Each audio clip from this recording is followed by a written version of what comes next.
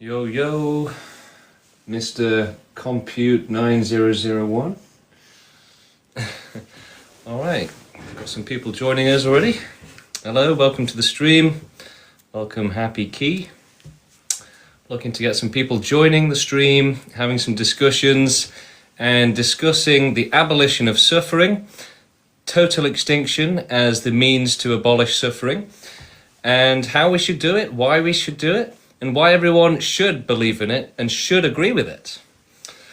All right, looks like we've already got someone wanting to join. It's Philip. Let's bring up Philip.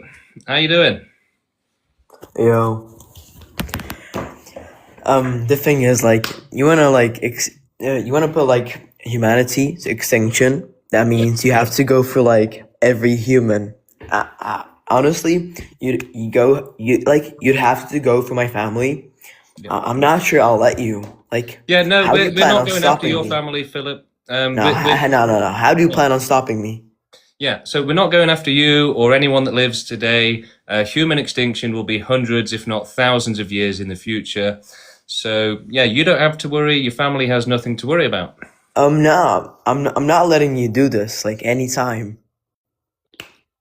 Well, I mean, you're welcome to try and stop us or to argue against it, to try and convince us not to do Buddy, it. like, you're nothing. Like, you have like 20 members in your like extension program. Like, you're doing nothing. Humble beginnings. Oh yeah, stay Yeah. humble, buddy. You're not going anywhere.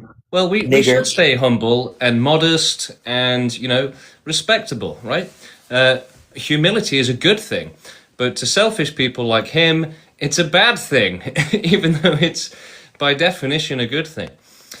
All right. Okay, queue is empty, so yeah, as usual, we're hoping some people will join, have some interesting conversations, debates, discussions. Let's hear it. Let's hear your side of this conversation. So one thing that I've been making videos about, I've just released a video before coming on stream, is about how people don't take action. They're happy to be passive. They're happy to be sheeps.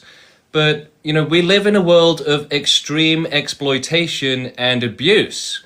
So, really, there's no excuse for anyone to be taking no action and to just be sat back enjoying the system and to not even lift a finger against it. Now, when we say lift a finger, that is what we mean, right? We're not asking everyone to necessarily go out into the streets, but we are saying that it takes 1 minute to make a text and music video on TikTok. Everyone can do that once a day, once a week, whatever, right? So, this is the smallest thing that people could do, the smallest thing to ask for from people, and yet many people will still not do activism. That's the biggest problem, is that the entire population of Earth is extremely happy to just be sheep, right? They're extremely happy to live in a system and a world of abject oppression, exploitation, and cruelty. And, they don't want to speak out about it. They don't want to speak out against it. They're happy with the status quo. They're happy living in the matrix. They're happy with all of the abuse towards animals and humans, which makes their life easier. Okay, so while the abuse is helping them, they're happy to say, yeah, it's a good thing. Suffering helps you grow, right? If they were the ones suffering, perhaps it would be different.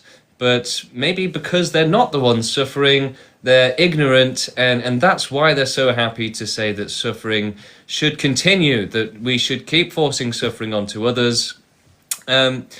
Someone's saying, how can we achieve total extinction? So we have to grow our movement until we have enough people to change the world, make it be against suffering, because right now it's as in favor of suffering as it possibly could be. So it needs to change anyway. So yeah, we need to change the world, make it against suffering, and basically have a zero tolerance policy on suffering. And the reason for that is that suffering is the worst thing in the world. It's the biggest problem in the world. It's the most extreme problem, and it's the most dangerous problem in the entire world. So, to be trapped in a life of pure hell, that is the biggest problem in the world, the worst problem. And there's no such thing as a fair world where we're saying that should continue forever. so that we can have fun at their expense. That's incredibly wrong, incredibly immoral. I have people message me every single day in my direct messages and on comments saying, I'm trapped in a life of hell. I wish I hadn't been born. I wish I could die, but I can't carry it out myself. And so, this is happening all around the world. People are suffering horrifically, wishing they'd never been born. And yet we're going to keep forcing this onto life, keep making them suffer against their will, and then not even allowing them euthanasia to escape it. It's so upside down, it's insane. Hello, how you doing? Yeah, it's good. Yeah, do you have any questions for us? How do you plan on like achieving extinction? Yeah, we have to grow the movement until we have enough people to carry it out, and then we'll be using euthanasia. Okay, do you know who I am? No. Yeah, I know you. You know me. They call me Thanos. Oh, what, you're on the Discord or something? I can delete your fucking organization in 1 second. You're cooked, you're finished, you're out of here, buddy. If you want to delete my organization and fight against it, use logic, use your words, use your brain, use your mind, use your intelligence, right? Don't say, oh, I'm going to have to use violence against you because I can't argue against you. If you want to, persuade me and explain to me that the abolition of suffering is wrong, then let's hear it. Let's hear why suffering should exist. Let's hear your opinions on it.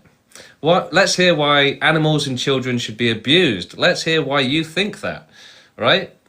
Okay, maybe, maybe that was actually an animal that came on the stream, didn't have any sort of intelligence and was just trying to use violence.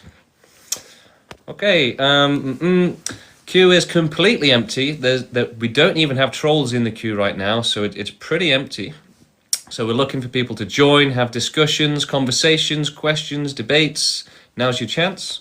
And in the meantime, let's see what's in the comments.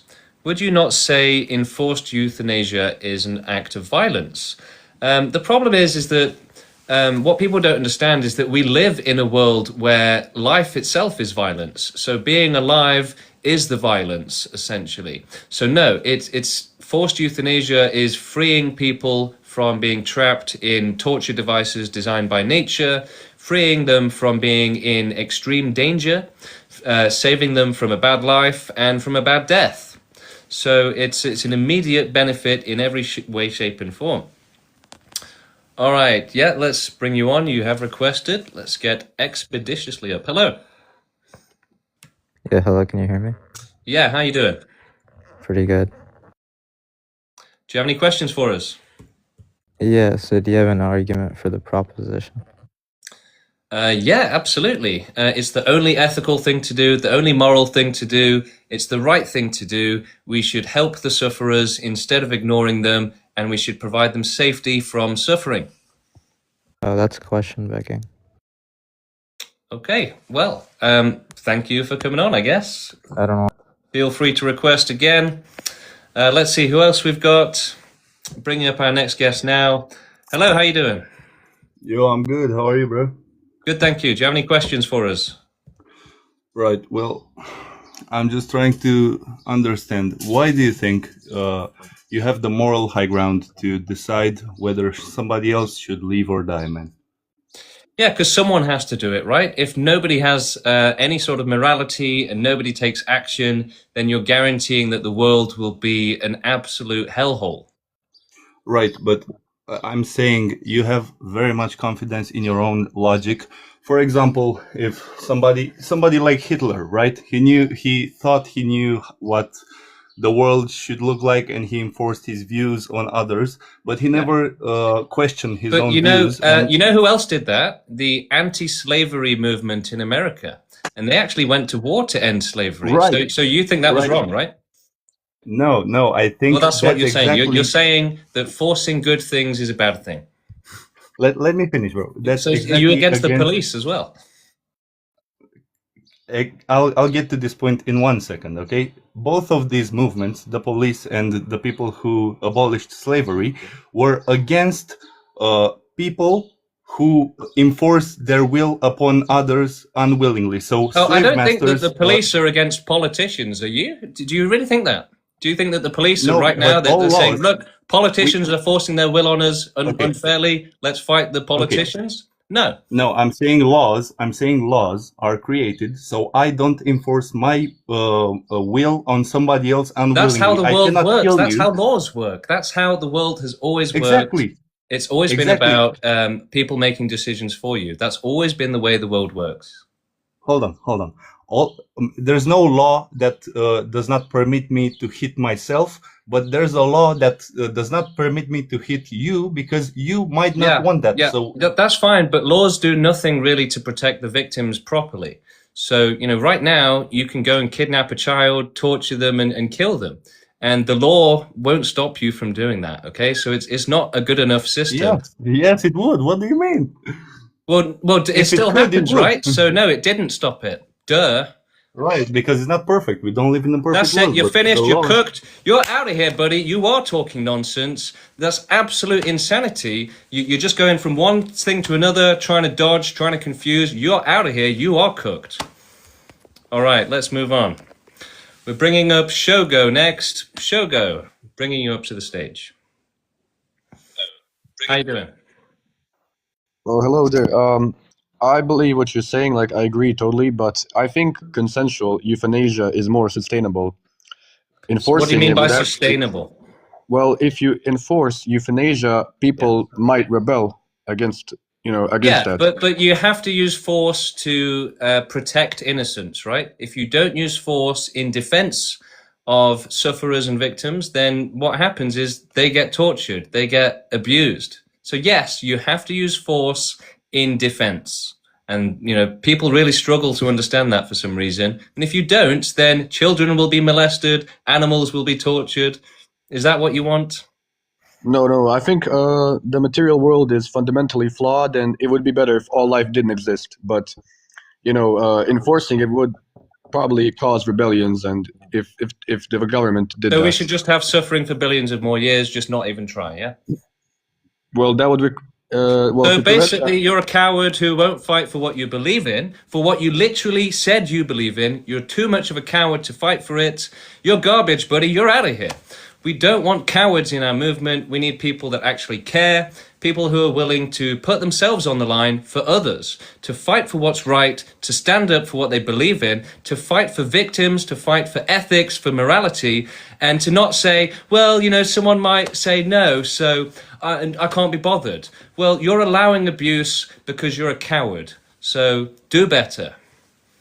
All right, moving on. We've got Atheist Dawa bringing up on the stage now. How you doing? Hello, how are you? Good, 10 thank out you. of 10 rage bait. I love it. It's not rage Thank bait. It's a real movement. We're actually doing it. Then you can start by yourself. No, because that would be Start with counterproductive. yourself. That would be counterproductive. No, we will follow your example, I promise. Just start with yourself. You really think I'm stupid enough to believe that? I promise Do you. better. You're out of here, buddy. You're finished, right? If your intelligence level really makes you think that I'm going to take that advice, then you are a complete brain dead piece of garbage. Do better. Seriously. God damn. Okay. Who else have we got in the queue? Right. The queue is looking pretty empty right now. So if you want to come up, have a debate, a discussion, questions, curiosity, do you want to join the movement? Do you want to talk about activism? Do you want to talk about ethics, morality, responsibility, whether we should allow suffering or not? Then come up and let's do it. All right, let's see who we got in the queue. Right, the queue is currently empty, completely empty. So, oh, no, it's not. Hello. Can you hear me, bro? Yes, I can hear you now. I got one more question, bro. So you say the world is imperfect and etc. Right? But in a perfect world, you wouldn't advocate for this, right? Correct. All right. Well, my question for you is: how do you know when a world is perfect? Because think about this: if we I have abolish an answer. every Yeah, I know. if we abolished every suffering, and let's say we make everybody millionaires and billionaires, right? In that world, the millionaires would feel like that's the most suffering you can ever experience, because that's the worst thing you can experience in that world. Yeah, so right? we should just have no suffering, no chance of suffering. The only conditions for life to exist in is when there's a 100% absolute guarantee of safety, a good life, and it never going wrong in any way, shape, or form ever. So that Okay, is but light cannot exist without darkness. So you cannot have happiness if you don't have at least a right, bit but you've got it suffering. upside down, right? You know, we should protect children from suffering, so that darkness shouldn't exist, right? You know, you say light needs to exist, right? But you having a pizza is not more important than a child being safe from being abused to death, right? So Right. take Well, your I light, think you can. take your light, and fuck off with it. All right. Well, I think you will leave this movement once you have sex with a real woman. You know. I did that last night, just for your information. Anyway, all right, he's finished. What a piece of crap. You know, did he have any serious arguments? Was he worth talking to? No, he was garbage. All right, let's. The queue is still completely empty, so we're waiting for people to join, to come up on the stage and have a chat. And in the meantime, let's take some questions. The fact that you try to pull this off is terrorism, don't you think? No, not at all. Life itself is the ultimate form of terrorism, and terrorism itself will continue forever unless we do this. So if you're against terrorism, if you're against death, murder, all of that horrible stuff, then extinction is your friend, right? So extinction is the minimization of all of those bad things. People are always saying, oh, you're going to force this onto people. That's wrong. Life is being forced onto them. Extreme suffering is being forced onto them. So yes, forcing safety onto them is better than forcing extreme cruelty onto them. And yeah, I'm not going to apologize for that. All right, still looking for people to join. Let's have some debates. Let's get some conversations going. And let's take some more questions. Let's see what we got.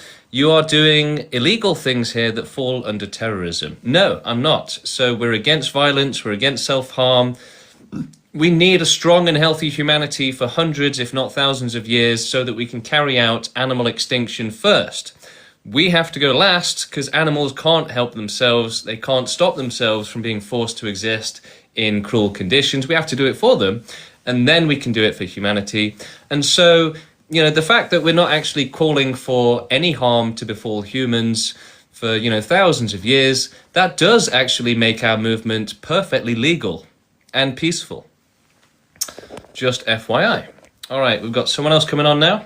Dragon Twin Leaker, bringing them up. Hello, how's it going? Hello.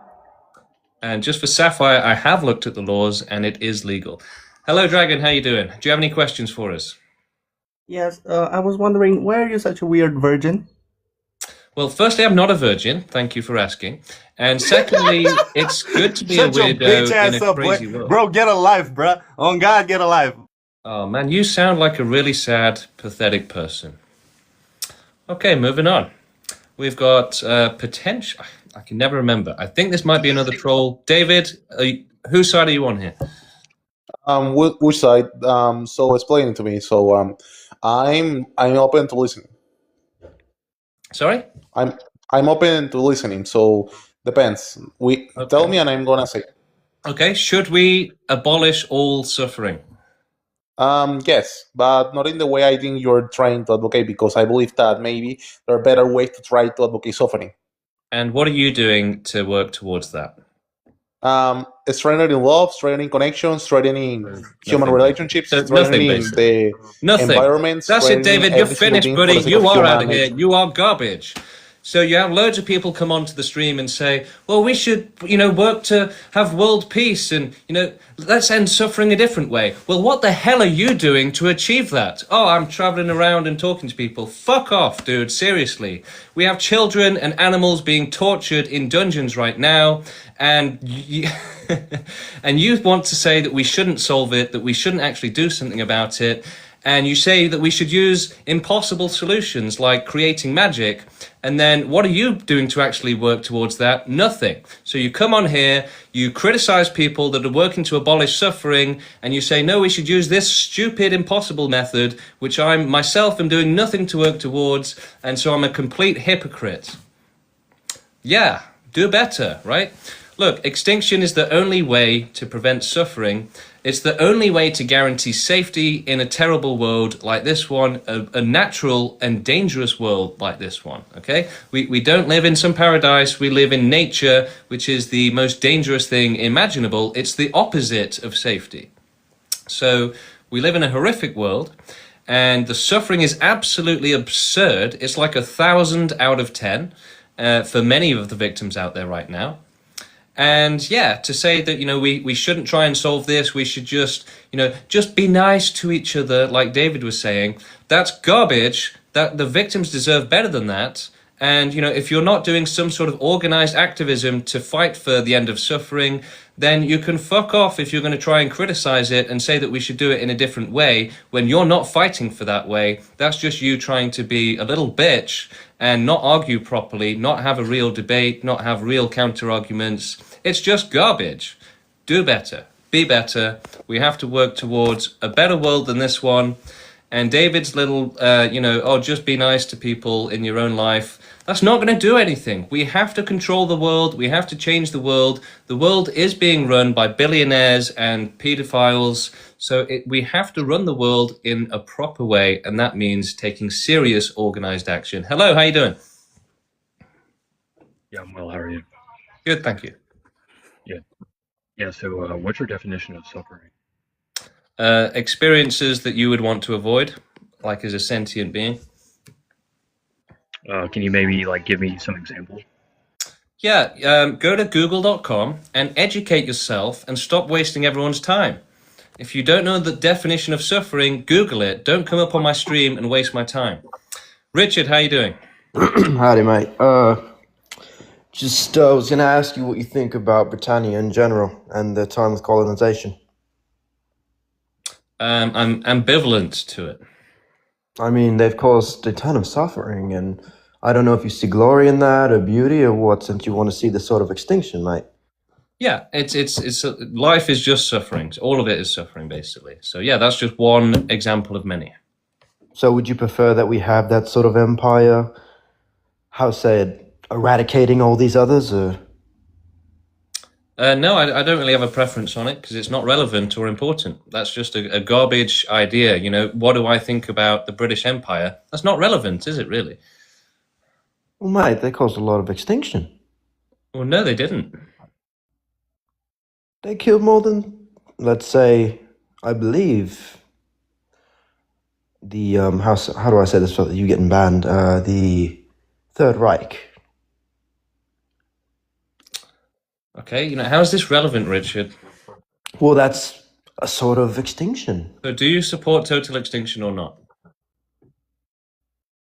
In a That's Darwinist it, Richard. perspective. You're out of here, buddy. You're finished. Don't come on the stream if you have no idea what you're going to say. Do better than that. Come on. There's so many things you could talk about here. So many questions. So many interesting parts to it. Come on. Hello. How you doing? Good. How you doing, bud? Good. Thank you. I love the topic. It's brilliant.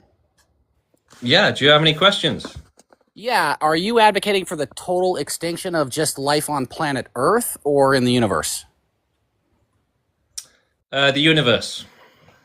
Okay, good. So I think your theory is just fine, but it kind of violates one of the primary factors that leads to the total collapse and end of the universe, which is entropy. So biological processes speed up entropy, which will lead to basically our entire universe being dead. So wouldn't that kind of negate your argument that ending life is the best course of action when it actually contributes? No, because, I wouldn't, walk past a child being abused and say, don't worry, entropy will save you, right? That's essentially as cringe as what you just said. Yeah, but you're advocating for the end of all suffering, and the fastest way to So you do accept that, it's extremely cringe what you just said? No, the fastest way to end all suffering in the universe would be to let the universe end, and the fastest way to do that is to That would be accelerate the entropy. slowest possible way. Are you serious? you're only talking. Yeah, but you can. That's only, it, buddy. You're out of here. You are garbage. Complete garbage. Hot, stinky garbage. That was one of the worst guests I've ever had. God damn. All right, moving on. Let's try and get someone smarter, someone better. Let's bring up Sam. Sam, hello. Hi, mate. How you doing? I'm good. How are you? I'm all right. Yeah, thanks for asking. If you think total extinction of all life is the way to go, why don't you and all your followers just kill yourselves? Because that would be counterproductive. How's that? Because then we wouldn't be able to grow the movement and actually carry out extinction. But in doing that, are you not following through with your determination of your what's the term? No, because again, that would be taking away from the ability to prevent suffering. Right. So, what kind of suffering do you go through then, since you seem to be in so much pain? Well, it's other life that suffers way worse than I do. Like what, for example? Like animals being eaten alive. That's what happens to most of them in nature. All right, Sam, thank you for coming on and being a complete clown. You're out of here, buddy. Let's move on to somebody else. And I can't wait for people in the chat to say that he cooked me. All right, hello, how you doing? Good, how about you? I'm good, thank you. So, I guess the only thing I have to think is that if, like, what you want is carried through, what's stopping other life from arising after that, like it did with us? And then the cycle kind of just continuing. Us, that's what's stopping it. But if we're alive to stop it, wouldn't suffering still be existing? Well, yeah, but the thing is, if we have to continue for hundreds or thousands of years to prevent billions of years of suffering, then that's the right thing to do. I agree, but I feel like the issue's still there where we survive on for thousands of years to stop it, and then we still exist, so suffering still exists. So you think our suffering for a couple of hundred years is more important than billions of years of suffering? No, but I just don't see how so you do. You say no, but that's exactly what you just said, right? I think fair enough. That's it. You're finished. You're out of here. You are cooked. You are served, and the guests will start eating you shortly. Okay, bringing on someone else now. Let's see who else we got. Oh, wrong person. Sorry, Theist. Okay, let's bring on Matt. Now, if it's the same Matt I'm thinking of, it is a hater. Might not be. Could be a different Matt. Okay, no, it was a ghost in the queue. Moving on. On to the next guest, Mr. Knott. Mr. Knott, how are you doing? I'm really good. I have a lot of interest in your content because I've felt the same for a long time. But then again, I feel like the point of life is in suffering. And through suffering, humans struggle and they're able to create beautiful things and almost push past the struggles of entropy and make life beautiful. Yeah, but you see, we have two types of life in this world, right? We have the lucky, privileged ones who, sit in their high towers and say that the suffering should continue. And then you have the unlucky ones who actually face the suffering, which the lucky ones want to continue, right? So you're talking about the lucky ones there, but they're not really relevant when, we have sufferers being tortured who don't benefit from that and actually need it to be prevented. Huh. That's a great idea. You ever thought about like the people in India and how like they are like slave away and stuff, and yeah, how you've been given? Would you consider your position in this life a privileged one? Well, sort of. I mean, yes and no. Like no. So I'm going to say no, but at the same time, I know that my life isn't as bad as other people have it. For sure. All right. Well, I just wanted to talk to you because I've been seeing your stuff, so I won't keep you long. I'll see you, bro. Thank you for coming on. Appreciate it. And, check out our website. You can go on my profile on TikTok and you can click the button to the website. You don't even have to type it in. Read about us. Check out our Discord and WhatsApp. Join us. Join the community. Join the movement. Help us do activism until we have enough people to actually carry out total extinction. We are serious. This isn't a joke. That is our plan. We will be carrying out total extinction of all animals and all humans and all life. I will not stop until every last life form is gone and has been prevented from existing as well. That is the only moral thing to do in this world, is to make sure that life doesn't exist in cruel conditions. That's what it's about. That's all it's about. It's making sure that life doesn't exist in cruelty, isn't forced to exist in cruelty, is safe from cruelty. We don't live in a heaven-like paradise. It's the opposite. We live in effectively hell, where if you're here, then you're suffering terribly, and the vast majority are suffering so bad that they would be better off not being born, right? Especially if you include animals. You know, they're being eaten alive. Most of them get eaten alive as babies.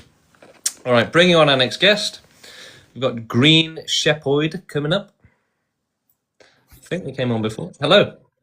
Do you hear me? Yes, how you doing? Hold on. All right, let's see the chat. Let's see any comments while we're waiting. I'd like to talk, but it seems unfair, says Gabe. There's no mediation to your debate. Ah, right, yes. Well, I do kick people out if they start talking garbage and nonsense. Hello, how you doing? So I'm doing good, and what about you? Great, thank you.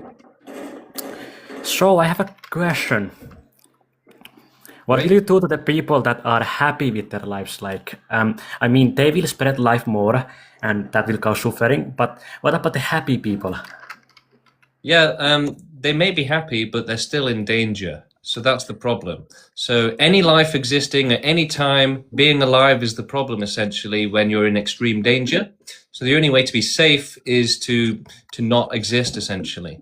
So yeah, we would enforce that safety, forcefully provide that safety for every life which is incapable of making rational decisions about its own safety. We would make it for them.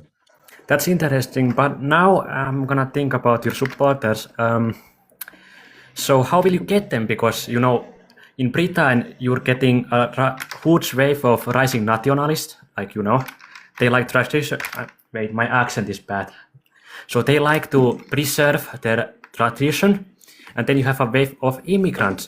And they want unity and like good benefits for their life. So where are you finding these supporters? Because right now I only see the one group that's like above 18, and it's those truth crime lovers. So I don't know, where are you getting these supporters to like be a prime minister? From the internet, right? Our supporters are coming from all over the world, every different country. It's growing every single day because we're doing online activism on the internet. So people from everywhere can watch our videos and they can join the Discord. You know, people on Discord can join from any country. So it's a truly global movement. Our website has, you know, different translations to different languages because we are very global. Okay, that's very interesting and a very good way to get supporters, and that's nice. That's nice. Let me think of this second question. Okay. In the meantime, the queue is empty. So if anyone wants to join the queue, to join a debate, come up on stage, now's your chance. Okay, so when you get the chance to do your plan, right, that no life continues, how will it go? Like, are you gonna ban like giving birth and then eventually we are running out of people and life? Or are you doing like a destruction way or like a slow meaning waiting? Yeah, so we would, let's say we control the world tomorrow. We would start removing our dependence on animals, remove the animals with euthanasia. And then we would start researching how life develops on planets, how to prevent it from developing on planets, do this for Earth, do this for other planets, as much of the universe as we can do. And essentially, yeah, when humanity is no longer useful, at that point, either, you know, maybe we'll have AI continuing the mission on for us for other planets or something. So as soon as humanity is no longer needed, that's when we'll make humanity go extinct, essentially, once it's no longer a good thing that it exists. So yeah, we'd be doing it by force. It wouldn't be optional, and we wouldn't be asking people to do it themselves. We would do it for them. And yeah, I don't know exactly how it's going to go down yet, but yeah, that's not as important. Well, that's very interesting. So I also think that AI is good because they have no ego, and they're like, what are they doing again? Like spreading science, but because they aren't like us, they don't suffer. So are they like better than us? Yeah. That's a nice point of view. Thank you. I'm gonna go now. I'm kind of busy. No Busy. problem. Thank you for coming on. Feel free to read the website, learn more about us. Got our manifesto on there. It's a peaceful movement, a lawful movement, perfectly legal. We have people going out in the streets with, signs saying total extinction and life is a bad thing and all that. Nothing happens, right? It's perfectly legal. We're not calling for violence. We're against violence. We're strictly against violence and self-harm. We need more humans. We need more kids so that we don't go extinct before animals, right? We have to do that. We have to make sure we survive as a species long enough to help other species. That is essentially what it looks like to do the best thing you could possibly do, to be as moral as you could be. It means trying to provide as much safety for as much life in the world as possible from suffering, from safety from being forced into suffering. So in this world, there's no way to guarantee a life form won't have a life of pure hell without extinction. So that's why it's the only solution. The alternative would be to create magic, to engineer heaven itself. So, we're level 1 right now, basically. That would be like level 1,000,000. And yet we can already do euthanasia. We can already do extinction. And we can already do basic science like how life develops and how to prevent it from developing. But to guarantee 100% chance of you're going to have, a really good life, and there's no way it could ever go wrong, even like with a far-fetched risk, right, of 0.01 danger, to have 100%, a guarantee, God tier, omnipotence tier certainty, right? It basically requires magic, okay? It basically requires omnipotence. So, people are saying, well, why don't you work towards that instead of extinction? And it's like, okay, so instead of using the solution we already have, you want me to not use the existing solution and instead work towards the most difficult thing that anyone could ever work towards, ever, in anything ever.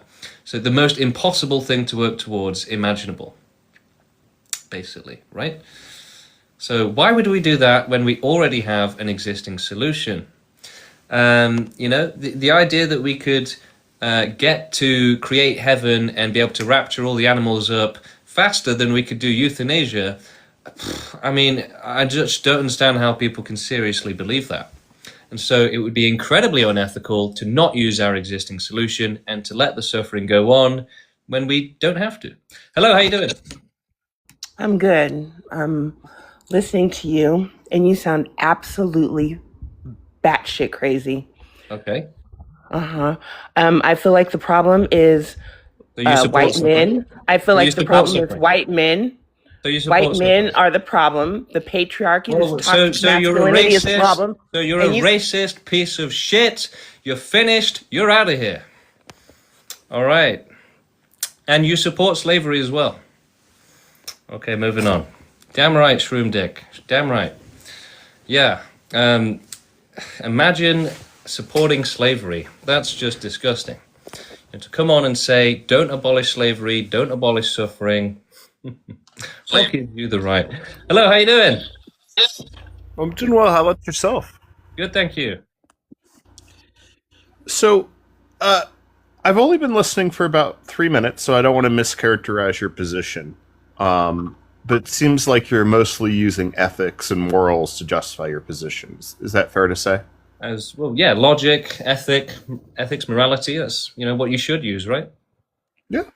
I think, I guess my gut reaction to it is one of the reasons why I don't put much value into it, because you can form a logical argument for some of the most horrendous atrocities, which I believe you're advocating for. I'm sure you could do that, Joey. I'm sure you could, make an argument for child abuse being a good thing. I'm sure a sadist like you could do that very well.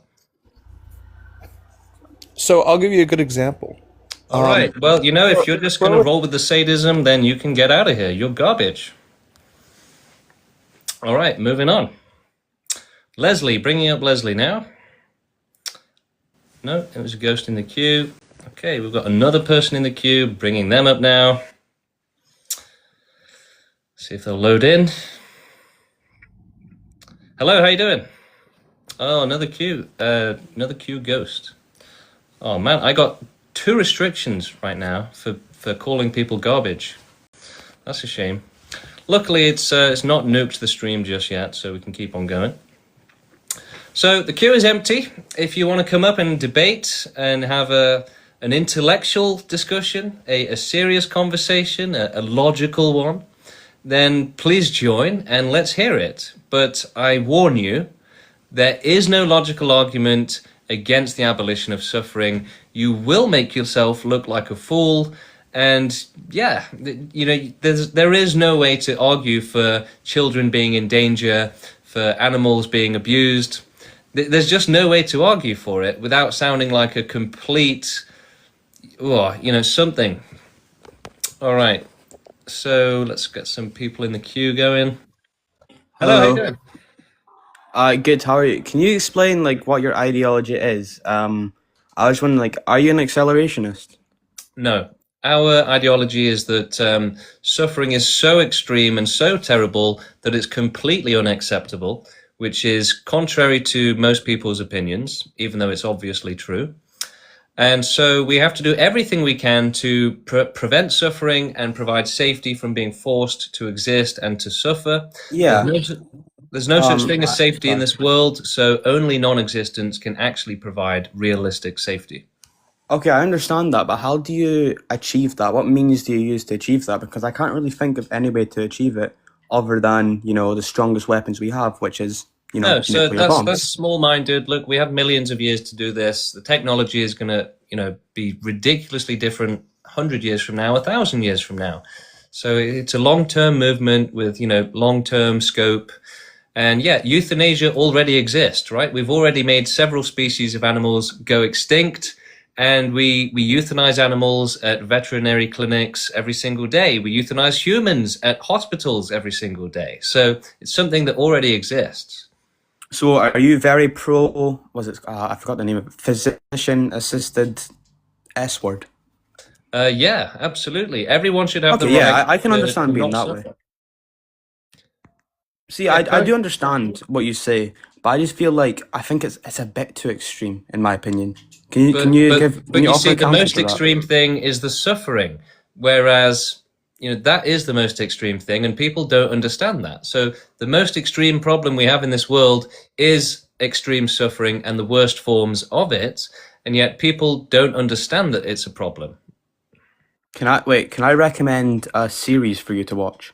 Sure. I think you'd enjoy it. It's called Neon Genesis Evangelion. It was a Japanese. You've seen it, yeah. Do you see the joke I'm making? No, not really. What do you not think that you kind of align with? No, I think that you're out of counter arguments and you're out of here, buddy. Okay, moving on to Pierre. Pierre, Yes, bonjour. Hello. I just had a question. Why do you say that suffering is the most extreme thing? Because it's true. And why do you believe that? From experience, observation, life. And do you think that there is nothing in the world, in the universe, that can compare to suffering in a positive way, for example, that can make some sort of compensation? No, absolutely not. So pleasure is optional, whereas safety from suffering is not optional. So happiness has zero moral value in comparison to safety from suffering, which has infinite moral value in comparison. Yes, but life also does have moral value. Yeah, but in relation to safety from suffering, it has zero value. I disagree, because life is the freedom of choice, whereas life is the freedom of choice. What does that mean? That sounds like something out of the Bible. What does it mean? Well, if you're alive, then that means that you can make actions, and if you make these actions, you decide to do them. So that's what I mean by being free to have choices. But And what I'm saying is, how much of life, what percentage of life is actually benefiting from this fantasy that you're talking about? Because most animals born in nature are eaten alive as babies. yes, but life is full, obviously, of random things that you cannot control. Oh, random which is things why. like child abuse. How random? No, that's not what. You took the example of children being Let's killed. talk about relevant things here, right? Yes, but you took the example of children being killed while they're animals, animal children. And if they are killed, mostly it's because there was a predator at that time, or maybe because there's a storm. And these are things that happen at random. That's what I meant. Terrible things. Yeah, terrible things which Yes, they need to be terrible safe from. things. But these animals can also have a life, maybe reproduce. No. And on what grounds? Animals are in you nature saying? are not having a good time. They're freezing, they're starving, they're running for their lives, and then getting caught and being eaten. But what would be having a good time? For you, having a good time does not exist. How many humans do you think are going to have a good time if they have no shelter, no medicine, they're being chased all day, every day, and then eaten alive? Yes, but how do you want humans to ever have a good time if you are leading them toward their extinction? Why not lead them towards maybe having this good time that you speak of? Yeah, we are doing that. That is something that we are working towards. So we want to work towards a perfect world for humans, perfect conditions for humans, a heaven-like conditions, essentially. And so we are doing that, but that's, doesn't help the sufferers, essentially. But the goal, I mean, firstly, what do you mean a heaven like earth? It's just, I mean, I don't understand if you're being sarcastic or if you truly believe what you're saying. And No, I'm saying that while we're doing extinction, we'll be improving conditions for humans. And if it ever gets to 100% safety, which would basically be heaven, then at that point, life wouldn't need to be made extinct. However, we don't know if that will ever happen.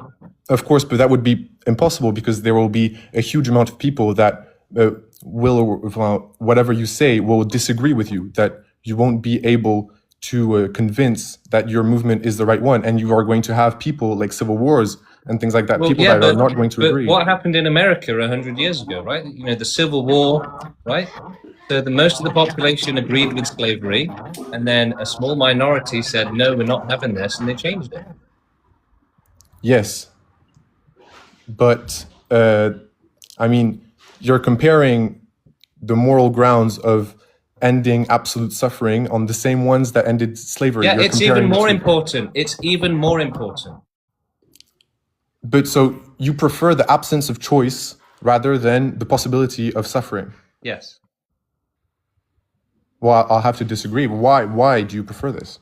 I still don't understand because why. No child deserves to suffer. No animal deserves to suffer. No one deserves to suffer, but every child deserves to live. Right, but that doesn't happen, right? Not every child gets to live. A lot of them are in dungeons and they're about to be murdered. Yes, but why not advocate for people stopping to put children in dungeons rather than killing all people? Because you can't create 100% safety without heaven, right?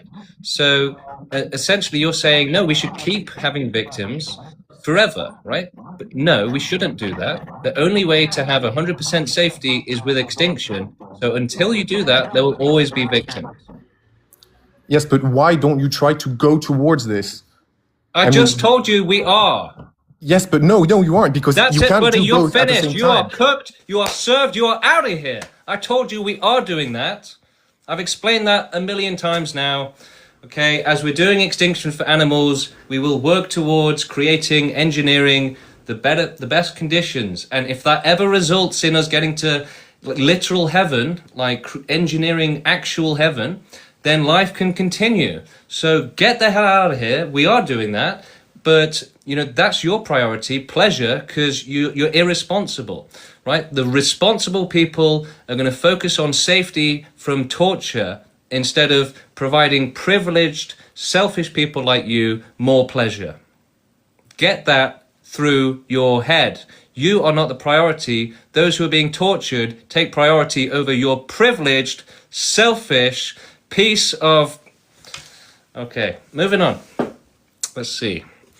All right, the queue is empty right now, so if you'd like to join, now's a great time to do it. hit that button. Let's bring you up onto the stage, have a debate, conversation, discussion. Let's do it. Okay, we've got someone else coming on now. We've got Stephen Fairway. Hello, how are you doing? Yo, I just wanted to join to genuinely just say, you are such a cunt. Well, it's truly sad that your brain is so small that that's the most intelligent thing you can say. And I will fight for your right to not exist, to not be forced into a life where you have such a small brain, right? It must be horrible for him. So we need to abolish, being born into stupidity like that guy. Hello, Adam. How you doing? Hello, I have a question. According to your beliefs, after death, there is an infinite amount of time of non-existence, and with that, is there any suffering before that is gonna look like nothing in front of that infinite amount of inexistence or non-existence? So, Can you ask the question again? so according to your beliefs, there is an infinite amount of not existing after death. So any amount of suffering before that is not gonna look like nothing.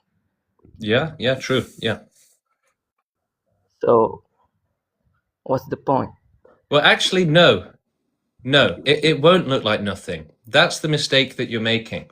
So, it won't look like nothing to the child who's being molested at the time, right? It will feel like the worst thing possible. So it's not nothing at all. But I think you're degrading infinity. Yeah, but you're degrading the suffering of those children. I mean, so you've got it the wrong way round. I mean, both things could be true at the same time. Okay, Adam, thank you for coming on and saying that we shouldn't care about children being abused because once they've been murdered, there'll be an infinity of safety and bliss. So yeah, just let them get abused because it doesn't matter. Thank you for such an amazing insight, Adam. Yeah, we shouldn't care about children being abused because, one day they'll get murdered. So it's all good. Wow, the kind of ethics and morality that people have in this world is truly shocking and terrifying. We live in a world run by people like that genuinely think that child abuse is good for you, that it's at least you get to experience something. Take the dick in the ass, take it, it's good for you. No, it's absolutely not acceptable. Okay, bringing on our next guest, Big Schmack number 1. Hello. Hi, I'm just gonna ask you a few questions, if that's all right. Okay, yeah. I'm gonna try and keep as even as possible. I'm not trying to argue or anything. I do disagree with you, but also I want to understand more your view. Okay. So my first question would be, where do you draw the line at life? So, would you class trees as life, for instance? Yeah. Yeah. Okay. And anything that reproduces counts as life. Okay, that makes sense. So how do trees suffer? They don't. But then I thought this isn't me trying All right, to argue. that's it. You have been cooked and served by yourself. You have held a frying pan up to your own buttocks and cooked yourself. You're out of here, buddy. Yeah, trees are living things. That's just obvious. That's, you didn't go to school if you didn't learn that. And I never said that trees suffer, but trees should go extinct because they could evolve to become sentient life. So yeah, we want the most thorough and vast extinction possible. So it's not just about, people think it's about some sort of reset where we just get rid of all life and then it just comes back. No, that's the smallest part of our mission. The largest and most important part is prevention of life developing, prevention of it coming back, prevention of it existing. So that means, getting rid of any sort of organic material, trees, plants, and stuff like that. And then going further than that, and then making sure that it's impossible for plants, trees, or life forms to ever develop ever again. And that's how you prevent suffering, because if you don't do that, then you're going to have billions of years of more suffering. All right, bringing up Zibby. Hello, how you doing? Hello, I'm good. I'm good. I'm wondering, you previously said that if we could make the world like heaven without suffering, you would do that. Is that correct? Yeah. So why are you not including this in the TikTok live? You don't include that. You just say extinction. Oh, okay, I see what you mean. Yeah, because it's not the priority. So improving conditions for humans is like the bottom on our list of priorities. It's really the protection from suffering that is the top priority.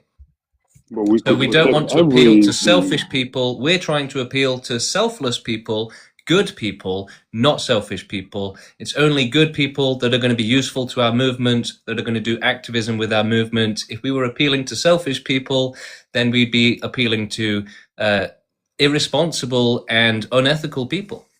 Okay, but the latter cause would be the better one, to create a life without suffering instead of removing life. Yeah, well, if you want to start a project calling for people to create heaven, then you can go ahead and do it. And I'd love to see how far you get and what sort of people are going to join you. Are you implying that it's unfeasible, or? I'm saying it's extremely impractical to try to do that at this point in time, especially when we already have a solution for extinction.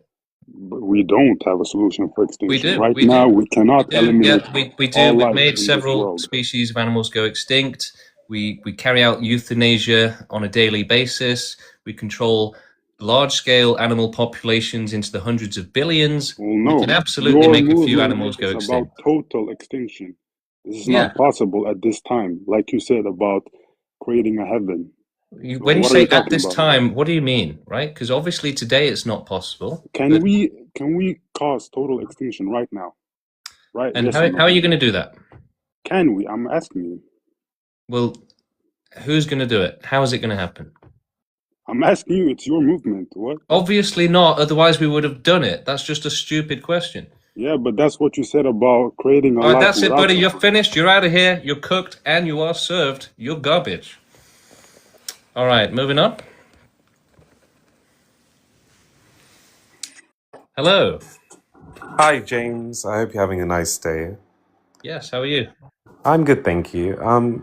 Now I just want to run a question by you, just because it's interesting, this kind of like anti-natalist sentiment. You're British, right? And I assume you're fairly I'm well against kept up. antinatalism, just FYI.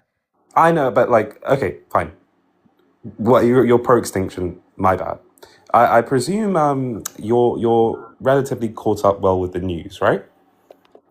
Yeah. Okay, so if I asked you that, according to your, mentality, your thinking, was Axel Rudikabana actually a good man for what he did? Because actually, he ended the lives of 3 young children who could have actually went on to birth their own children. Yeah. So was he a good man overall for his actions in Southport?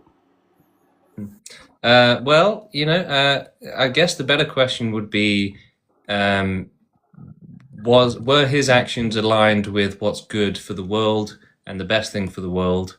And the answer would be no, because we need more humans, because for every human that exists, it prevents millions of wild animals from existing and suffering terribly.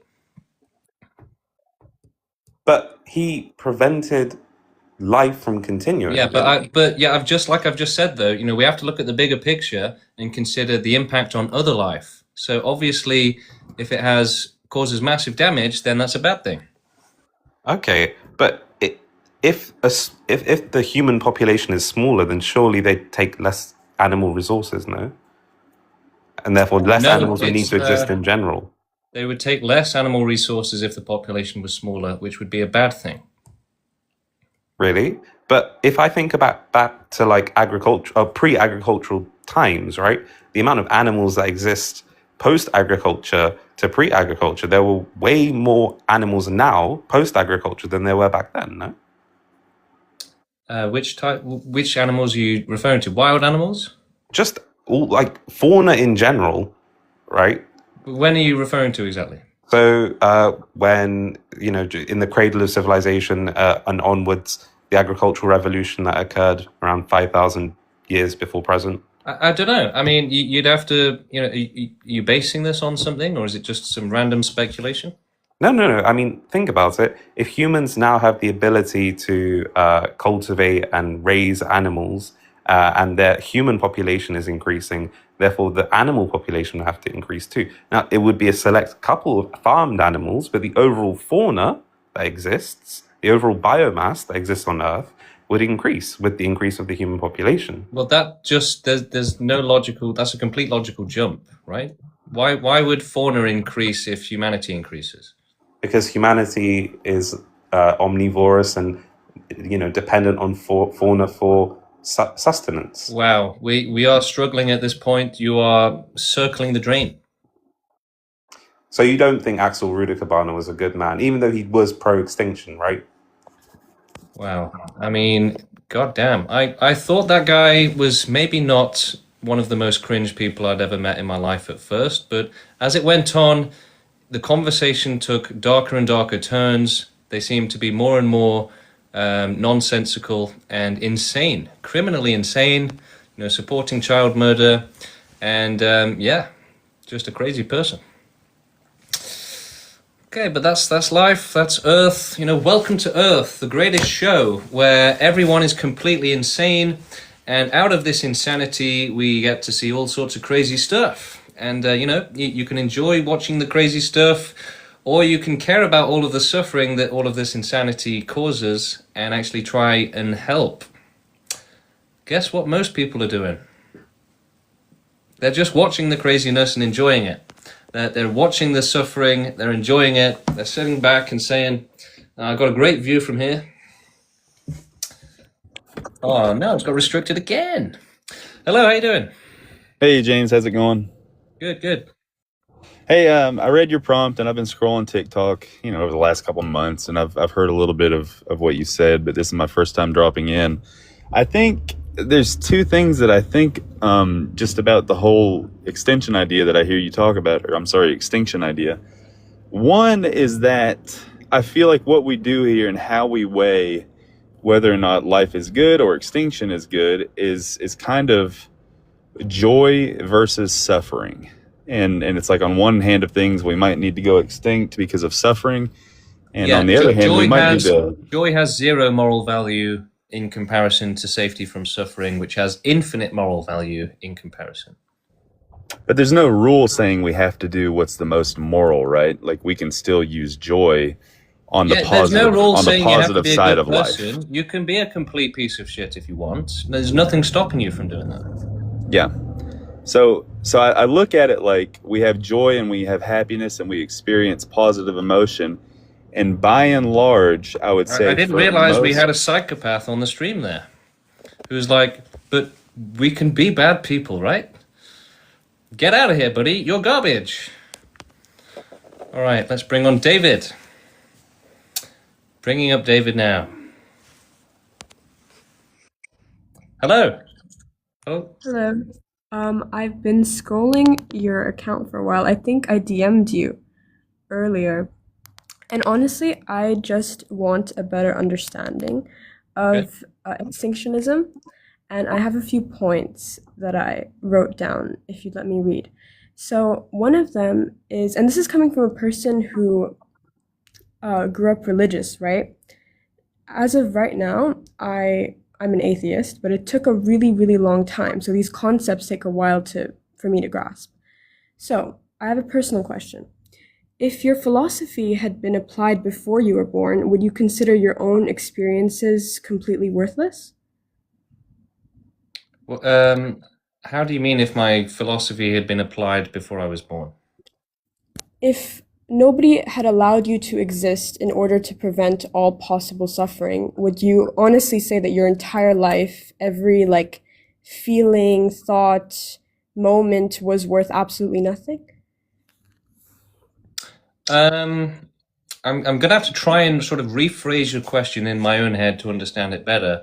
But Okay. I think essentially the answer is that, yeah, absolutely. Life is never worth it. Every instance of life is an instance of being in extreme and unacceptable danger, where it is in your own best interest to not be in that danger at all costs. So it's, as you basically, you're just saying it's better that it to never have happened over like the moral like suffering of other people. That's what you're saying. Non-existence is infinitely better and something that we should strive to glorify in a world where existence means being in unacceptable danger. All right, so I'm gonna give like a personal detail. I was abused as a child. So a child being abused is horrific. And the reason I was so intrigued by your arguments is because I usually think the same thing. I don't know if I'm biased because I'm currently suffering, but does the abuse I experienced, or maybe other people around the world, other children who are in a way worse position than me, erase the value of every other conscious experience that exists? Yes. All right. Thank you. So it's not just a meme answer I'm giving you. It is the real answer. So safety from suffering has infinite moral value over happiness and joy. Otherwise, if you don't adopt that principle, then you are quite literally saying that it's okay to rape children because the rapist gets joy out of it. So if these positive experiences truly had no value, and again, I understand your logic and your arguments. Like the only reason I'm arguing right now is because I'm trying to convince myself, because I want to do the right thing. I agree that a lot of the times humans are selfish, and the inherent want to exist or to be alive is selfish in the case of other people. But if positive experiences, all right. Sorry about that. Go ahead. If positive experiences truly had no value, then preventing suffering wouldn't matter No, they either. do have value. They do have value, just zero value in relation. So life has value. Pleasure has value. It doesn't have zero moral value.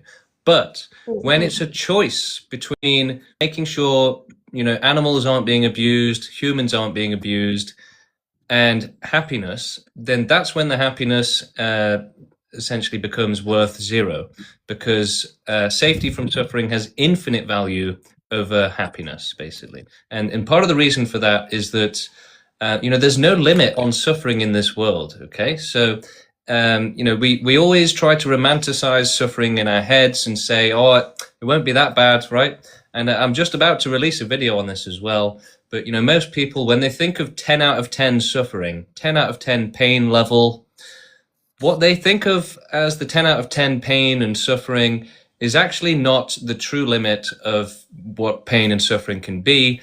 In relation to what most people think is the limit, the 10 out of 10, it can really be more like 100 out of 10, 1,000 out of 10. And people just are completely ignorant to how extreme suffering can be, how intense it can be. And because of that ignorance, they struggle with understanding whether or not suffering is bad, whether or not it's worth joy, because they're completely blind to being able to think properly about how extreme suffering can be, how intense it can be. Imagine you're in like 1,000 out of 10 pain to where it's just, ridiculous. Okay, it's beyond comprehension. That is happening, right? And yet that's completely unacceptable. And it's, in my opinion, only an ability to think about those more intense sufferings that makes it harder for people to understand why suffering is bad. And that is because of evolution. That's because of nature. We evolved to be that way specifically on purpose, because it would mean that we don't care about forcing life to exist. We don't care about ourselves existing in danger. So the blindness to the risk, to the danger, to the suffering, and all of that, it basically makes people incredibly dumb, ignorant, irrational, illogical. So evolution has done that on purpose because it means that we have more kids. So that's why we live in such a crazy world. So essentially, a world without zero suffering is still morally better than billions of happy experiences. Yeah, so even one child being abused horrifically, to a point where it's just so unbearable that they're begging for death, that is worth more than infinite people having loads of happiness, right? And think of it this way. So one way to sort of understand that a little bit better as well, just before you move on to your next point, is imagine if all of those people having that happiness were actually good people, because in the examples we mostly use, they're selfish people who wouldn't give up their selfish pleasure to help that child, right? But if they were good people, then they would be willing to give up their privilege, which they can do without, in order to protect a child from ridiculous levels of extreme torture and suffering. Okay, so in that sense, a good person would understand that it is optional, it has zero moral value in relation to helping that child. And so it's only selfish people that would cling on to it and say, yeah, let the child suffer. I'm too busy having fun. All right. So you said this before. You said it's an unrealistic goal to want to advocate for anything other than extinctionism, because it's extinctionism is a faster way, you said, or it's more guaranteed. So the thing is that extinctionism is the most important thing. It will always be the top priority in this universe. And that's because we don't live in a neutral world where we can just do whatever we want. We live in a world where children just appear out of nowhere, life develops, and get tortured. And that is happening all around us, and it will keep happening on Earth and other planets. So we have essentially an almost endless moral obligation. And so we really have to prioritize that. Whereas most people are saying, no, forget the moral obligation, forget being good people. I don't want to do that. I want to be selfish. I want to focus on my own pleasure. All right. So, so your argument basically, like, if someone's suffering, doesn't want to end their life or doesn't agree with the pro-extinction movement, it doesn't matter, because ultimately the pro-extinction movement is a net positive. That's basically what you believe, right? I'm just trying to understand. Yeah, well, the thing is that life is not capable of making responsible decisions for itself, for its own safety, and in relation to suffering. So that's why, Becky down the street is having 10 kids in the council estate, right? Because she doesn't give a damn what happens to them. And she's also completely blind to the danger that she's in when she's about to get hit by a car and paralyzed the next day. Not thinking about that, not thinking about her kids growing up with depression and committing suicide.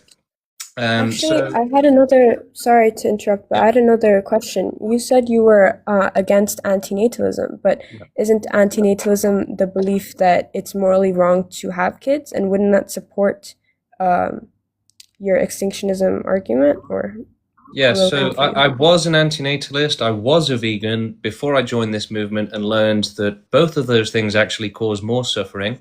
So antinatalism, it will never work. It's a self-defeating ideology. How are you going to convince everyone not to have kids? That's not going to work.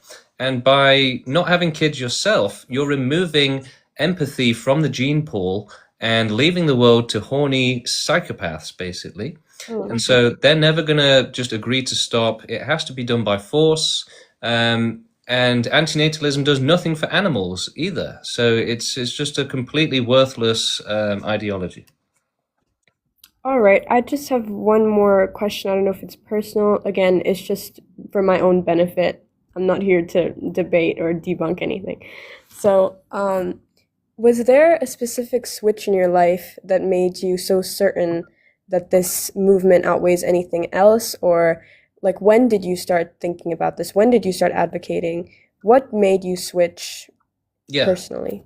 So I was just on Reddit last year, just casually using it. And then someone from the movement reached out to me, invited me to a debate on it, because I said, oh, that sounds impossible.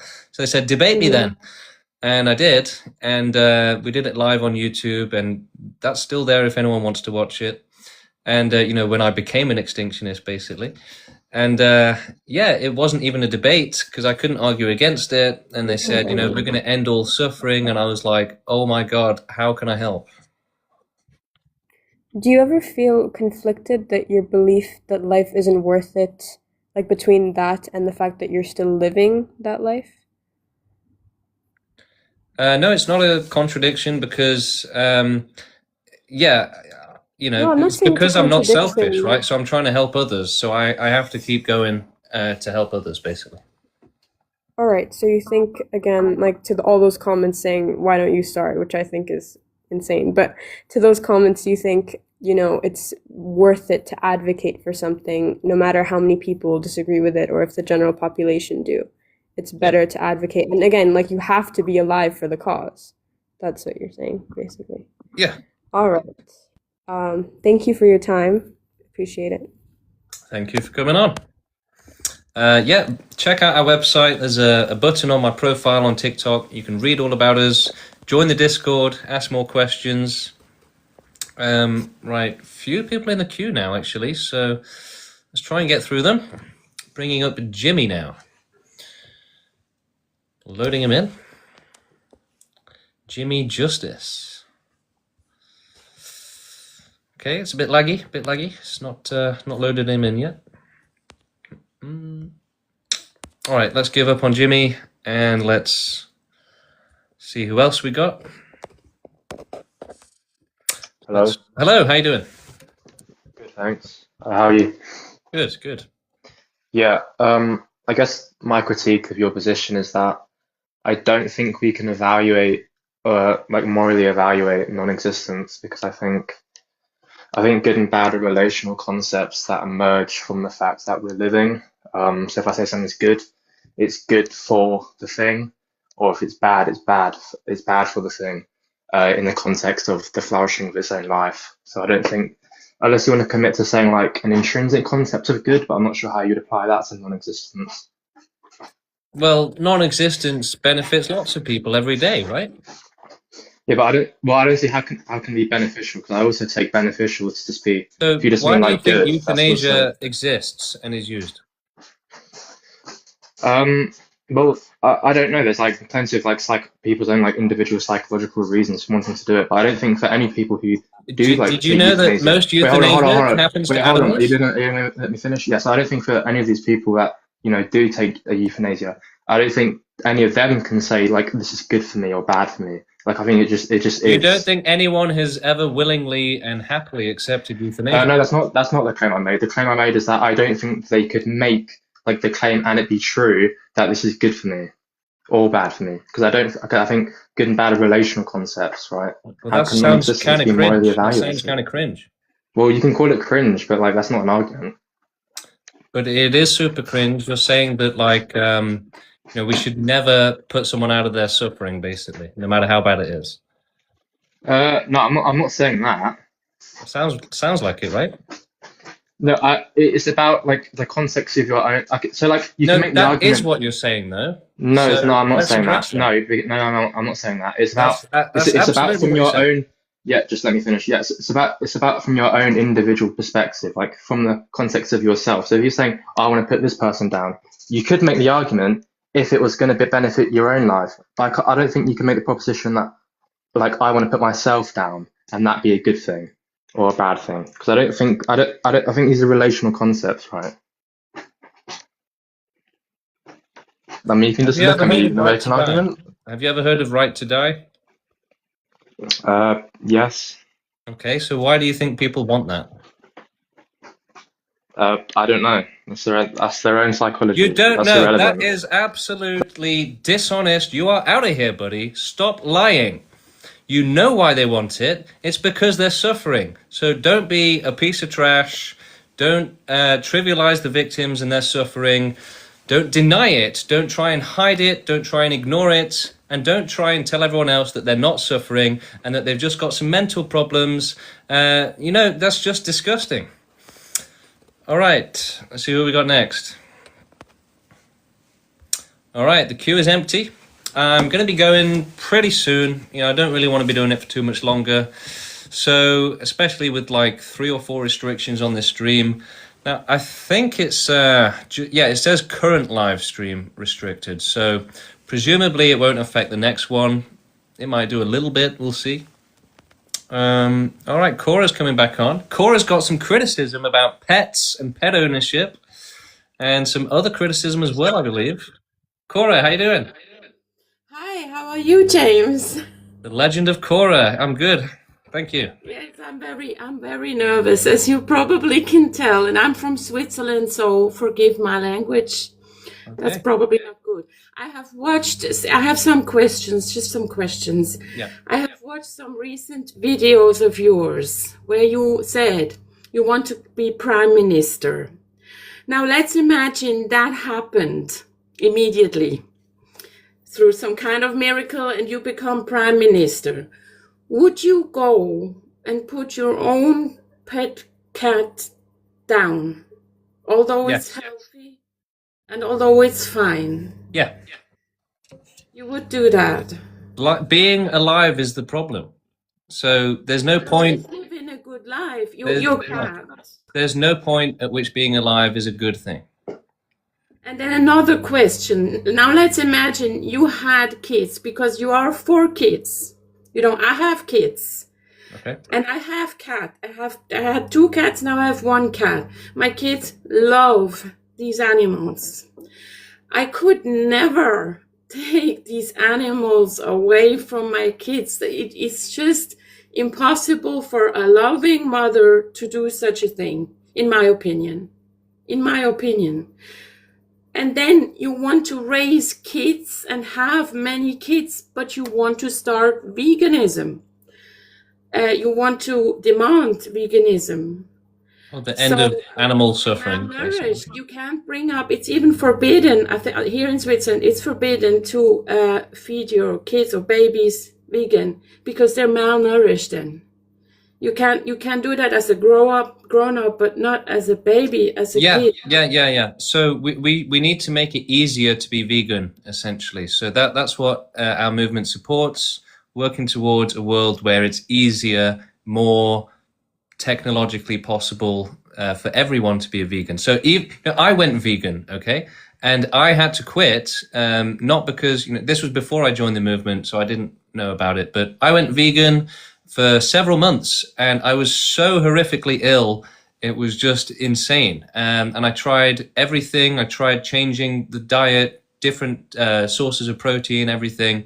I just couldn't stand it. My body was I was dying, basically. So I can't go vegan right now, and there's probably lots of other people that can't. So we need to make it easier so that eventually we can end animal abuse.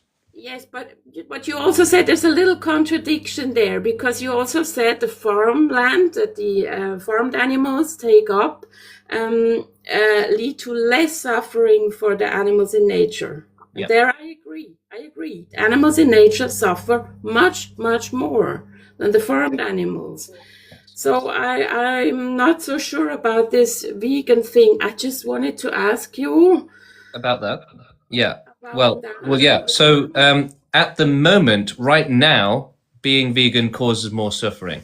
But if we ruled the world, our movement controlled the world, then we would essentially not live in the same system, the same dynamic, the same paradigm, because, for example, if we close down if we banned animal farming right now, then there's going to be less deforestation, there's going to be more space for wild animals, and there'll be more suffering.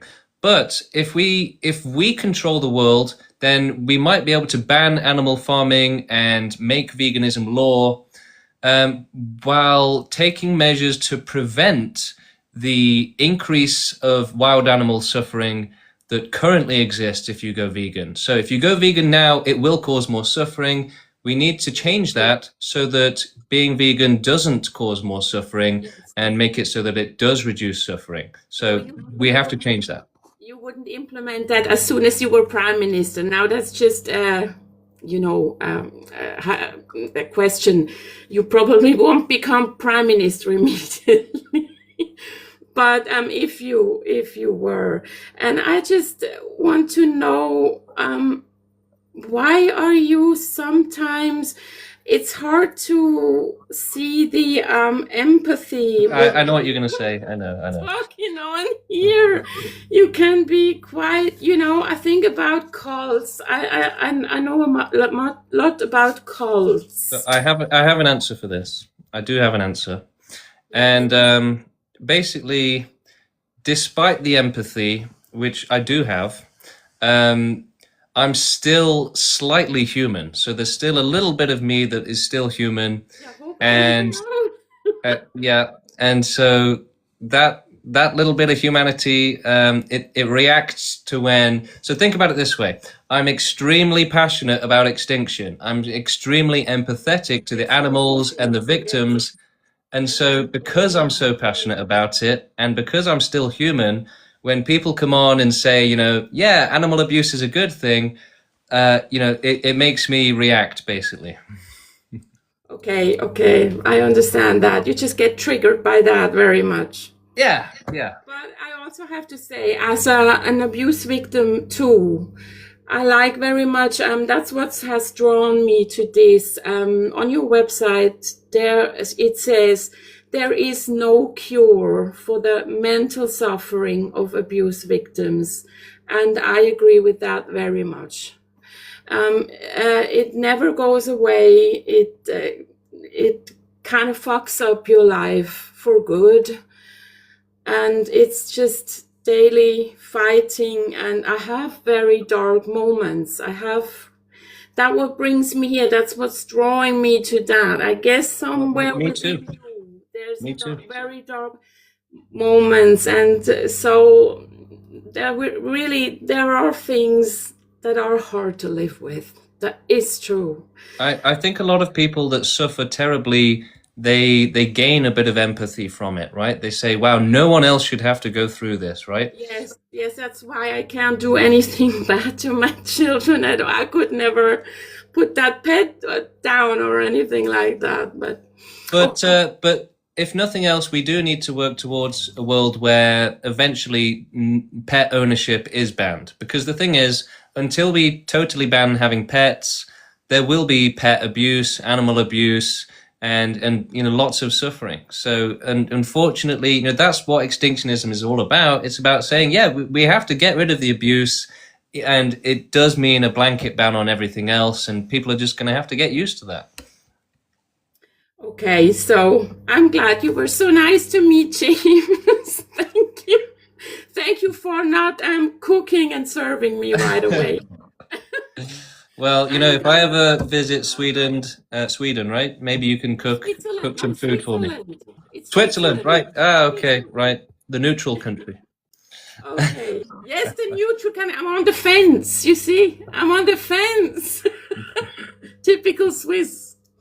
So I need to know a lot before I really join. But maybe, who knows? Maybe I will. Yeah, well, keep asking questions. I'm happy to answer all of them. Okay, thank you so much, James. You've been very kind. Thank you. Bye. You're cooked, you're served, you're out of here. No, I'm joking. All right, let's move on. I think there's a couple of people in the queue. Morth, how you doing? Hello, I'm good. I hope you're doing well too. I cannot remember if I've asked you this before, but I discussed the same topic with someone else, and they told me oh, your point is really stupid, because what if even if we go extinct, there is still a chance that a new life will develop on Earth, and there will be even more suffering and worse, and it will repeat all over again. So what do you think about this? So two points to that. Firstly, even if we did cause extinction and then life redeveloped again, it would still be a net reduction in suffering. I don't think it's accurate to say that, it would cause worse suffering for life to restart. There's also a very good chance that life wouldn't restart on Earth. And furthermore, the removal of populations is the easy part, the small part of our mission. The majority of our mission at the pro-extinction movement is the prevention of life developing. So we need animal extinction to remove our dependence on animals, have a vegan world essentially. And then we need to research how life develops on planets and how to prevent it from developing on planets so that it doesn't come back. So we will be doing everything we can to prevent that from happening.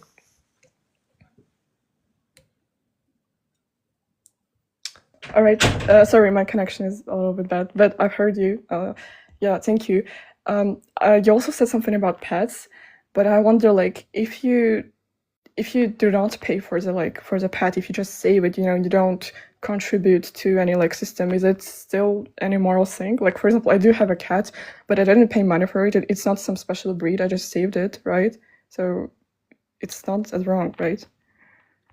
Yeah, look, I have a cat myself, so I can absolutely understand why it's going to be emotionally difficult for people to support the abolition of having pets. But the thing is that, right now, lots of people have pets and are abusing them horrifically, right? Torturing them insanely badly. So that will always happen until we just ban owning pets. Because right now, we treat animals like a toy, basically. You can just walk into a shop and buy one. Yeah, but yeah, I agree with this, but I mean, individual cases, some people like me and maybe you, I don't know, when you did not buy a pet, but you just saved animals that already existed, right? And this individual case, if you don't abuse the animal, I guess it's not wrong by itself. I don't mean when it's systematic, people buy pets. I mean individual cases like me or you, Yeah, it's difficult to say. And again, the thing is, I really just don't think humans should own animals because the vast majority of pet owners are very irresponsible, and the animals are living just surviving. Sorry about that. So the animals are mostly just surviving. You think your pet's happy, but really people only care about them because they look cute.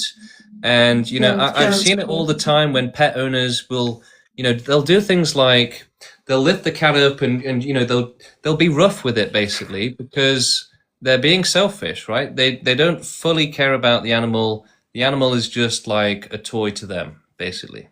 Yeah, and I also noticed that, you're right that it's mostly for aesthetic pleasure and sensory pleasure because they say oh, well, we don't we eat pigs and cows, but dogs and cats are they're smarter and more affectionate. That's why they're our friends. But that's actually not true. Cows they're very affectionate and pigs are really, really smart, even smarter than dogs often, right? So they just make excuses and stuff. Also, with pugs, right? The people they bred the pugs specifically to be very sellable, right? So that they will sell a lot of them because they look so cute, but they have troubles breathing, right? And a lot of health problems, and humans are just keep breeding them and keep buying them just because they look cute. This is one of the most selfish. Yeah.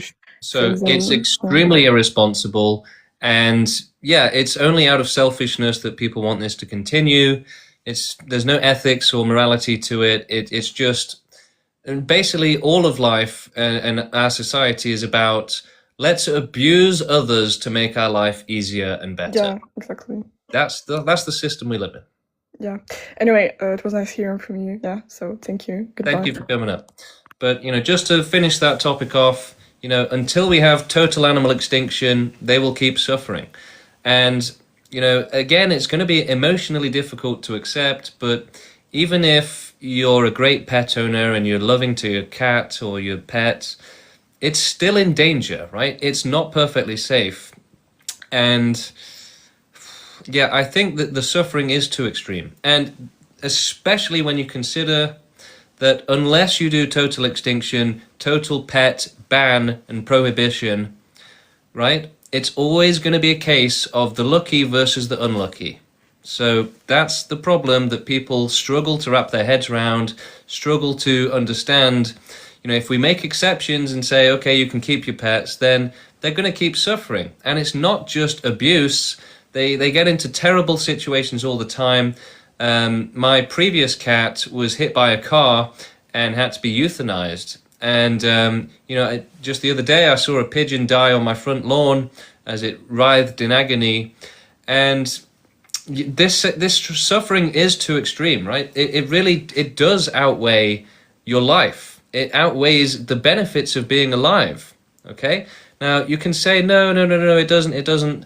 But ultimately, we live in a world of everyone suffers, right? Every animal suffers to some extent. But, for me, one of the most compelling arguments for this and for extinction is that, if we consider all of life on Earth or the universe, whatever, as on a spectrum of sufferers, okay, you've got like the billionaires at the top, and then you've got like, the average person or whatever, and then you've got, just basically, as I've been trying to explain over and over again, we romanticize the suffering. Humans have evolved to be literally incapable of thinking about suffering properly or accurately or responsibly. So we all have this disability. We all struggle with it, okay? So get over the idea that you don't have this disability, because you do, okay?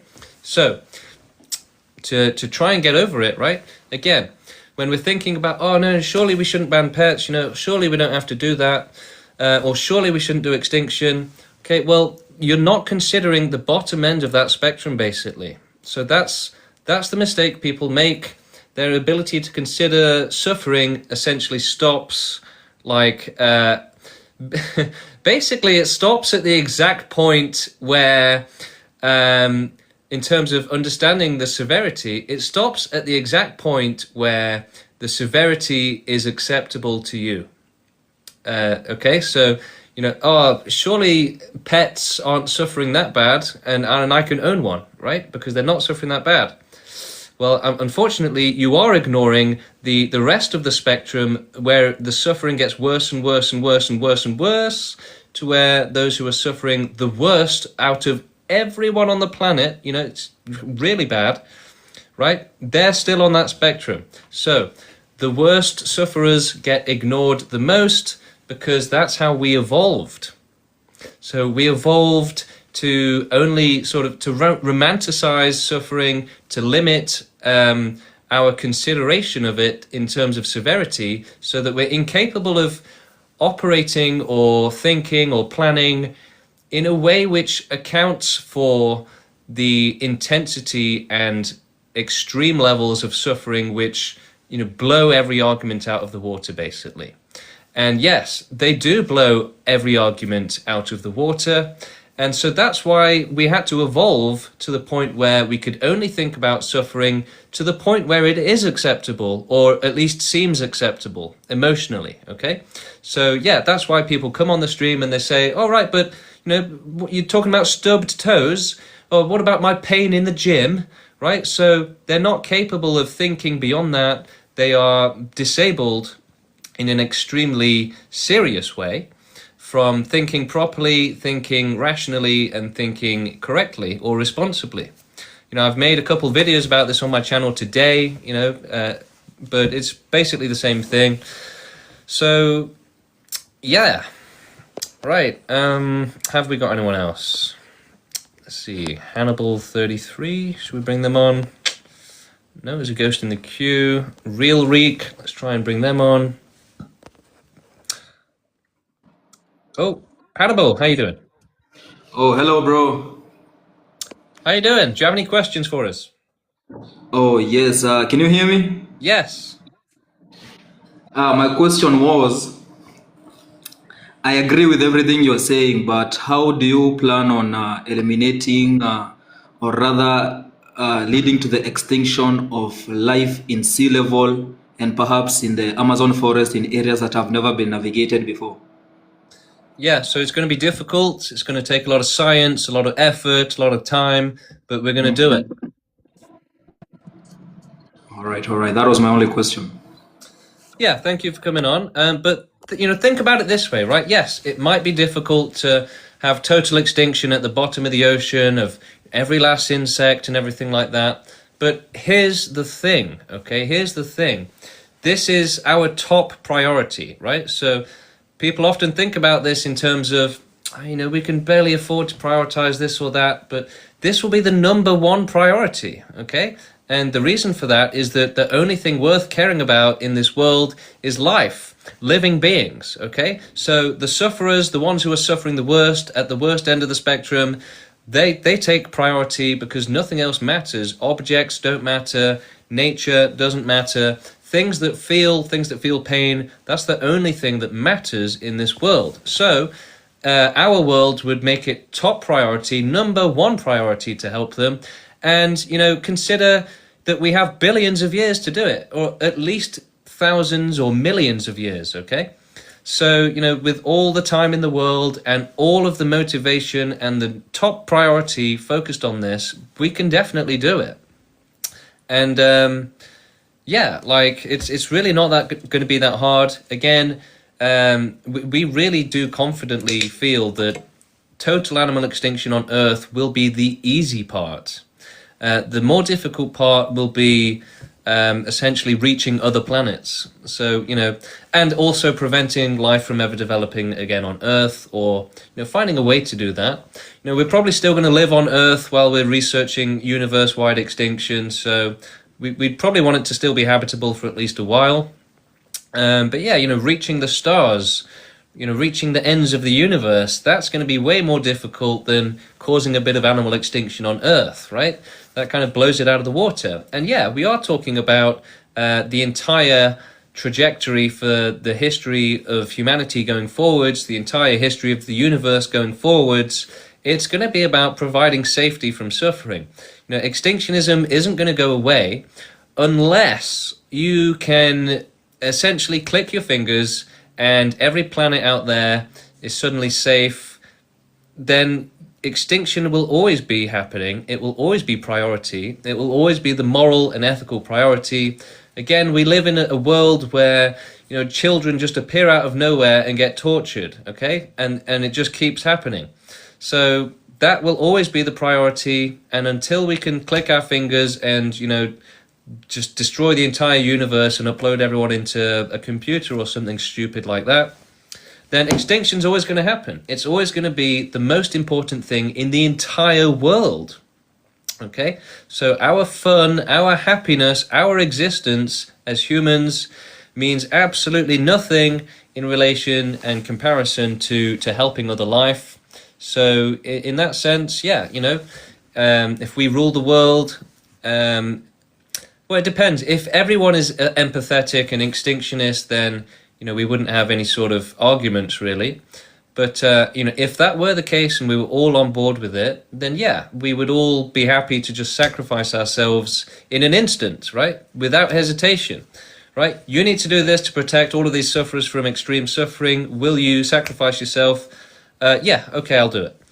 Obviously, I'd want to know details and stuff, but that's the point. We are worthless. We have zero moral value in relation to other things. Now, we're not worthless. We do have moral value, but it's not unlimited. Whereas safety from suffering does have infinite importance. The greater good has infinite importance, right? So there's always going to be like the good, the bad, what's the right thing to do here, what's the ethical thing to do here, what's the moral thing to do here. That's the system that our world is going to work on going forward. And to be honest, it's actually going to get a lot easier to understand what's right and wrong. Right now, it's just very confusing because you have so much diversity of thought on this planet and so many wrong people. But, if we all became extinctionists and empathetic people, then it would just be very obvious, right? Like, oh, well, we'll help them, they're suffering. Oh, they need it more than I do. Just simple stuff like that, right? It's not going to be ultra complicated. All right, I'm going to do, let's see this, if we can get this last person up before I go. Bringing on Long. Hello. Yo. So, I had a question, so since you said it's going to take a long time, don't you need scientists to research stuff not bringing life into other planets and life never coming again? So you're going to have more kids, aren't you? Yeah. And bring them into the world. Yeah. So I don't get that. How does that go? So to reach the total abolition of all suffering, total extinction, you can't just pray for it, hope for it, wish for it. You actually have to cause it in a practical way. So antinatalism will never work because it's a passive solution. It's about not having one child. and then Yeah. doing nothing. Okay, so you're not against having kids, but you We want need to have more kids, kids. We need children. We okay, need more children. We need a so that they strong can humanity. research stuff and Yeah, so while we're doing okay. animal extinction, that's going to take hundreds of years, maybe even thousands. And if humanity goes extinct first, then we can't complete the extinction, and the animals will suffer for billions of years. Okay, so the first plan is just animal extinction, and then it's humans. Okay. So we'd do animal extinction, and we would study how life develops on planets and how to prevent it from developing on planets, so that we can do this for Earth and as many other planets as well that we can do. Okay. Yeah, and we might be able to leave the job to AI and to robots. So, humanity might be able to go extinct a lot quicker. All right. Yeah, that makes sense. Yeah. That was the only question I had, to be honest. Yeah, no worries. Thank you. But yeah, think about it, right? So anti-natalists, they understand that the world is too dangerous for their own kid, but they've got no plan to help animals or other children, only their own child. So it just doesn't really do anything. It doesn't work, okay? So what's better than that is to have a system which is against suffering, okay? That's not what antinatalism is doing, it's the opposite. So we need a system, the strongest system possible against suffering. And yeah, imagine if we've got all of the resources of the universe being used by AI and robots and dedicated to providing safety, right? That's the ultimate form of antinatalism, right? It's the ultimate form, the ultimate upgrade. So as much prevention of life and suffering as possible, which again, it's only because we live in such a dangerous world that we have to do this. It doesn't matter if you're born into a mansion, right? You can have a mutation in your genetics that cause you chronic pain for your whole life, or give you brain damage, mental disabilities. No one is safe. This world is just outrageously dangerous. We're all in extreme levels of danger right now. We could be hit by a car and trapped paralyzed with chronic pain and brain damage for like 30 years. Do you want that? I definitely don't, but that could happen. And even worse things than that could happen as well. Anyway, yeah, thanks everyone. I'm going to call it there. So yeah, maybe join me tomorrow. I might be streaming, I'm not sure yet. I'll definitely be making some videos if nothing else. Follow me, check out the website. At the bottom of the page is the link to our Discord and our WhatsApp, so you can join the movement that way. Come and talk to me and the other activists, ask any questions you have. Start doing activism with us, start making videos.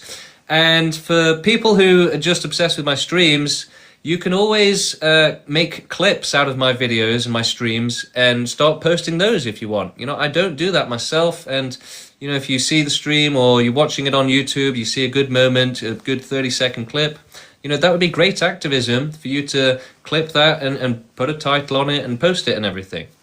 That would be really great. That would be a useful thing to do. So yeah, in the meantime, check us out on Discord, and we'll see you next time.